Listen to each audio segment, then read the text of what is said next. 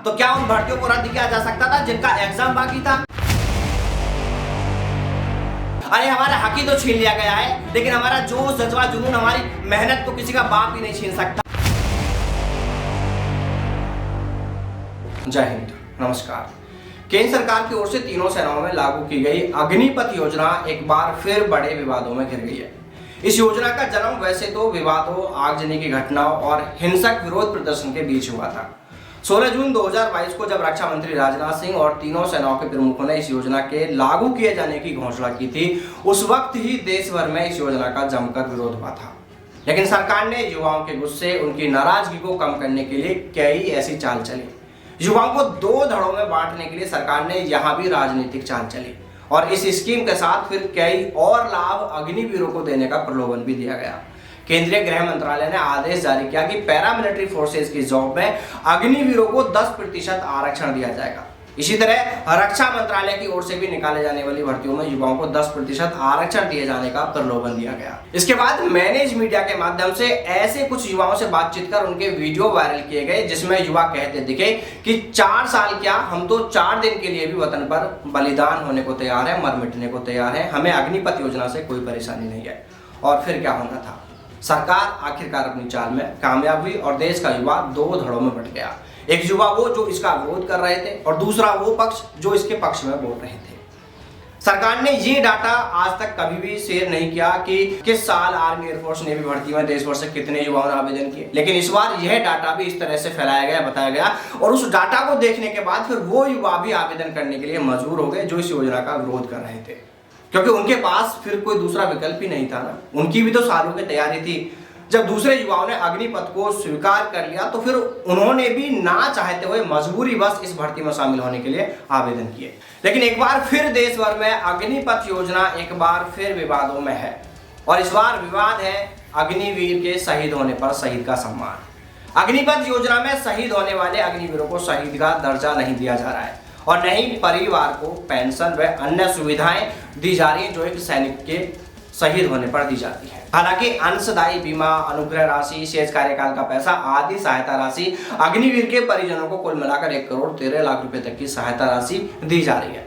लेकिन सवाल है सैनिक के सम्मान का। उसे शहीद का दर्जा तो दिया जाना ही चाहिए और शहीद होने पर परिजनों को जो पेंशन दी जानी चाहिए। और देखिए, इस योजना को लेकर फिर सबसे बड़ी बात तो यह है कि जब इस योजना को टेक्निकली तौर पर ही गलत साबित किया जा चुका है, सेना के जो general, major general, brigadier, colonel, इन तमाम बड़ी रैंक के अधिकारी जो कई सैन्य युद्धों में कई ऑपरेशन को, कई मिशन को लीड कर चुके हैं, जो रक्षा विशेषज्ञ हैं, जब वो खुद ये कह चुके हैं कि अग्निवीर योजना सेना को कमजोर बनाने की योजना है, वो खुद कह चुके हैं कि एक अग्निवीर 6 माह की ट्रेनिंग में कैसे एक पूर्ण सैनिक बन सकता है। 6 माह की ट्रेनिंग के बाद आप अग्निवीर को संवेदनशील एरिया, युद्ध क्षेत्र, LAC, LOC, Siachen glacier, Jammu Kashmir जैसी खतरनाक जगहों पर उस अग्निवीर को कैसे तैनात किया जा सकता है जिसे सिर्फ और सिर्फ 6 माह की ट्रेनिंग मिली हो।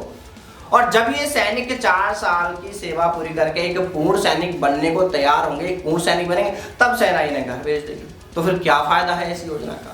इस तरह तो हमारी सेना और बहुत कमजोर हो जाएगी, क्योंकि एक पूर्ण सैनिक और एक अग्निवीर को अगर युद्ध क्षेत्र में तैनात किया जाता है तो वहां पर अग्निवीरों को ज्यादा नुकसान होने का डर रहेगा। देखिए, फिलहाल अग्निपथ योजना को लेकर पूरी कहानी यह है कि विपक्षी राजनीतिक पार्टियां भी इस योजना को सिर्फ और सिर्फ अपने फायदे के लिए चुनावी मुद्दा बनाना चाहती हैं और युवाओं को बीजेपी के खिलाफ करके उनका वोट चाहती हैं। बस इतना काम ये करना चाहती हैं।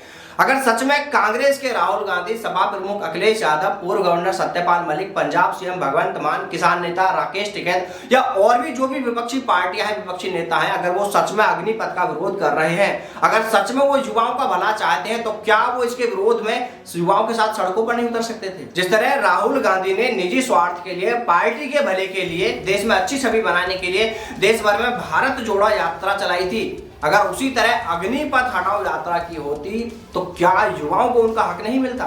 देखिए, मैं ज्यादा तो नहीं कहूंगा, लेकिन इतना तय है कि अगर ऐसी कोई यात्रा किसी भी पार्टी द्वारा की जाती तो देश के इतिहास की शायद वो सबसे लंबी यात्रा होती, सबसे बड़ी यात्रा होती, इतनी बड़ी यात्रा होती कि जहां तक भी नजर जाती वहां युवाओं की लाइन दिखती। लेकिन नहीं, राजनीतिक पार्टी फिर चाहे कोई भी हो, चाहे भाजपा हो, कांग्रेस हो, सपा हो, आप हो या फिर कोई भी पार्टी क्यों ना हो, इन्होंने सिर्फ और सिर्फ इस अग्निपथ योजना को बार बार अगर मुद्दा बनाया है तो अपने स्वार्थ के लिए बनाया है।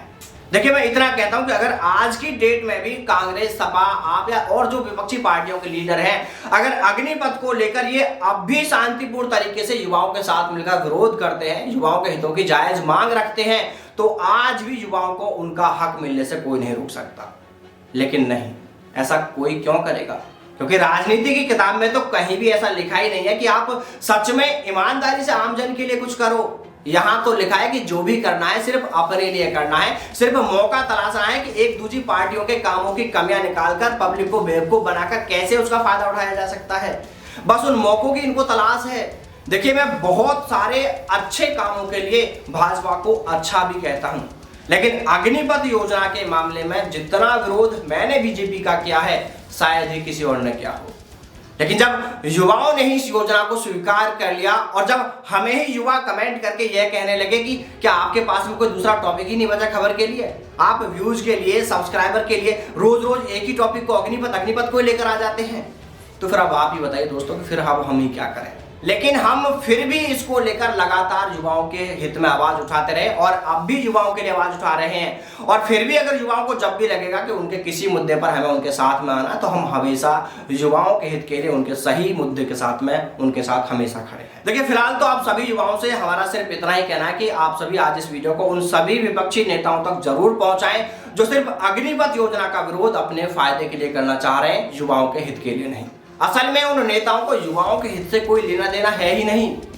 जिस तरह हम अभी तक ये कह रहे हैं ना कि भाजपा का विरोध करो, चुनाव में भाजपा को वोट मत दो, मैं तो कहता हूं कि आप यही बात अन्य उन तमाम पार्टियों के लिए कहो, कांग्रेस के लिए कहो कि कांग्रेस को वोट नहीं देना है, सपा को वोट नहीं देना है, आपको वोट नहीं देना है।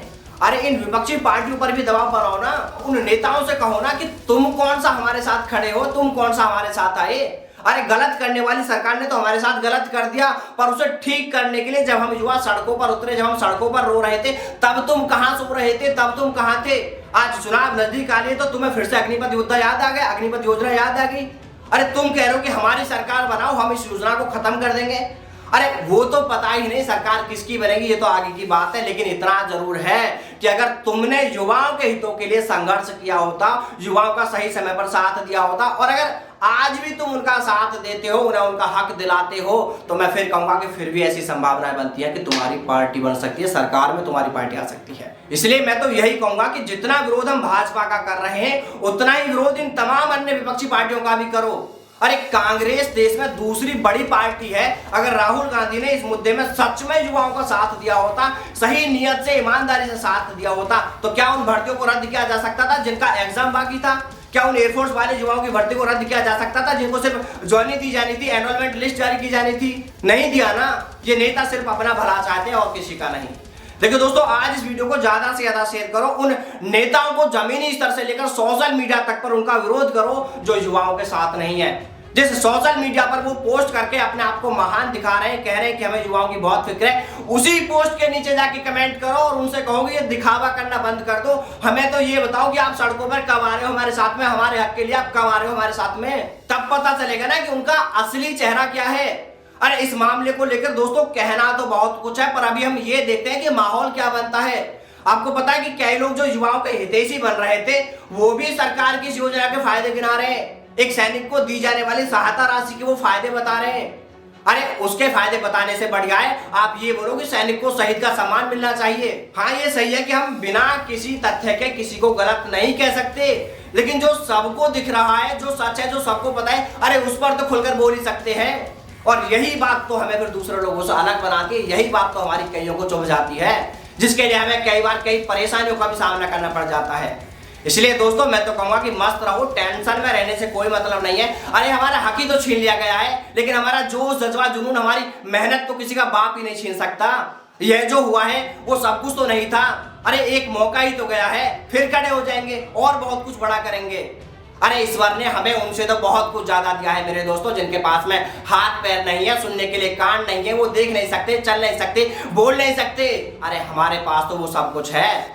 क्या हुआ अगर एक तानाशाही सरकार ने हमसे हमारा एक बार हक छीन लिया? उसका हिसाब उसके हिसाब से समय आने पर करेंगे, लेकिन इसका मतलब ये तो नहीं कि हार मानकर बैठ जाए, हम खुद से कह दें कि अब हम कुछ नहीं कर सकते। अरे अभी तो मेरे दोस्त आप बहुत कुछ कर सकते हैं। इसलिए जब हमें लगे कि अब जो हो रहा है हमारे हाथ में नहीं है, तो मेरे दोस्त ऐसे वक्त को फिर गुजर जाने का ही इंतजार करना बेहतर है। हमने आपको पहले भी एक छोटी सी कहानी सुनाई थी हिरनी की। एक गर्भवती हिरनी होती है, जंगल में प्रसव पीड़ा के लिए परेशान थी, बच्चों को जन्म देने के लिए सुरक्षित जगह ढूंढ रही थी। लेकिन जैसे ही वो अपने बच्चों को जन्म देने लगती है तो देखते हैं कि आसमान में बिजली चमकने से जंगल में आग लग जाती है। एक तरफ एक शिकारी खड़ा होता है उसका शिकार करने के लिए, दूसरी तरफ एक शेर बैठा हुआ उसको खाने के लिए। अब वो हिरनी करे तो क्या करे, उसके हाथ में कुछ भी नहीं था उस समय। एक ही काम उसके हाथ में बचा हुआ था, वो ये था कि उस समय वो सिर्फ अपने बच्चे को जन्म दे सकती थी और कोई मौका नहीं था, क्योंकि वो भाग भी नहीं सकती थी वहां से, क्योंकि वो प्रसव पीड़ा से गुजर रही थी। और उसने वही काम वहां पर किया भी, उसने अपने बच्चे को जन्म देना शुरू कर दिया, भगवान का ध्यान दिया और कह दिया मेरे हाथ में अभी यही है, मैं अपने बच्चे को जन्म दे सकती हूँ। और उसने अपना काम करना शुरू कर दिया। हिरनी ने अपने बच्चे को जन्म दिया। अगले ही पल जो चमत्कार होता है ना, वो देखने लायक होता है। पता है क्या होता है, आसमान में फिर एक बार बिजली चमकती है, बारिश शुरू हो जाती है, जंगल की आग बुझ जाती है। शिकारी जो उस हिरनी का शिकार करने के लिए बैठा हुआ था, उसकी आंखों के आगे बिजली चमकने से अंधेरा हो जाता है, उसके हाथ से तीर छूट जाता है जो सामने खड़े शेर को जाकर लगता है। मेरे दोस्त, एक ही पल में सारी समस्या खत्म हो गई, वो समस्याएं जो हमें असंभव लग रही थी। इसलिए मेरे दोस्त, जब कभी जीवन में ऐसा समय आ जाए तो उस वक्त उस बुरे वक्त के गुजरने का ही इंतजार करें, और जो आपके हाथ में उस वक्त है आपको उस पर अपना फोकस कर देना चाहिए। अभी अगर आपके हाथ में कुछ नहीं है तो ये तो है ही आपके हाथ में, आप जिस भी भर्ती के लिए योग्य है उसकी तैयारी करें, आगे आपके साथ जरूर अच्छा होगा। इसलिए मेरे दोस्त, कहते हैं ना, हिम्मत नहीं हारनी है, हौसला नहीं तोड़ना है, जुनून और जज्बा आप में कूट कूट कर भरा है। मेरे दोस्त, सफलता झक मार कर भी आएगी, बस आपको तैयारी नहीं छोड़ना है। दोस्तों, अगर आज आपको यह वीडियो अच्छा लगा हो तो वीडियो को शेयर जरूर कर देना, हर एक युवा तक इस वीडियो को पहुंचा देना, और विपक्ष में बैठे उन नेता मंत्रियों तक पहुंचा देना जो सिर्फ और सिर्फ अपने फायदे की राजनीति कर रहे हैं, इस योजना को अपना मुद्दा बना रहे हैं। अगर सच में उन्हें युवाओं से हमदर्दी है, युवाओं की परेशानी से उनको परेशानी है, तो वहां युवाओं के साथ कंधा से कंधा मिलाकर चले। जय हिंद, जय भारत, वंदे मातरम।